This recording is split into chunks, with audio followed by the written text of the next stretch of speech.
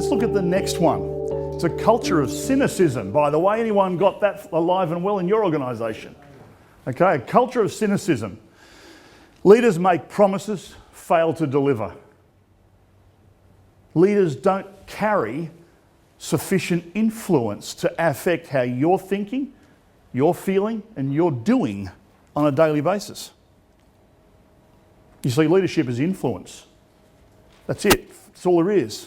It's how we treat one another and how we share information on a daily basis, including when we have a tough conversation around a gap that needs to close, a gap that needs to be reduced. Here's the unwritten rule. Hang in there, buddy, it'll all go away. Just wait it out. There's nothing you can bring my way I haven't seen before. And you know, the interesting thing about these viruses is we socialise them. We breathe life into them by the very things we choose to do. We breathe life into these darn things. That's why they're so challenging. They're so difficult to overcome. And quite frankly, in many cases, a training program isn't enough. It only gets you so far. The good news is we have answers. We've done this before. We know what the conditions are to transition from where you are to where you truly want to be. We've got 30 years of applied research, lots of rich testimonies and case studies of what we've been doing in this country and around the world that makes a profound difference.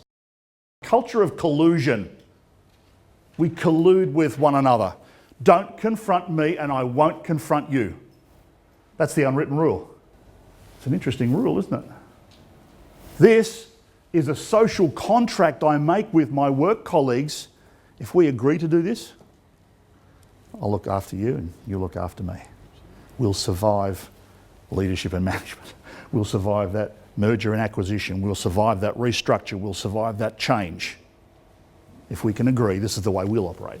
We actually make that our unwritten rule, regardless of what policy, procedure, any sort of strategic imperative might say and how it might be expressed, we socially engage in this contract. We know also that this is an absolute pathway to mediocrity. Just enough. Just enough to stay in the market. Just enough to stay employed. Just enough to stay in existence. I'm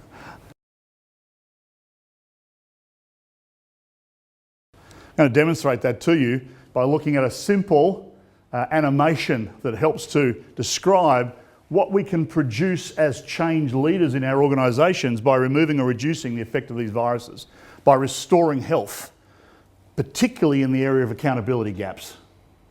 Having those daily gap closing conversations that I mentioned earlier on that help us then to execute on our mission and innovate for the future. We'll pick a muscle as a metaphor. When we can get people to routinely engage in self-directed change, can routinely offer that discretionary effort we talked about before, we see that kind of lift in our performance around innovation and execution. When we can add open dialogue, read our crucial conversations skill set, principles and skills, it goes up even further.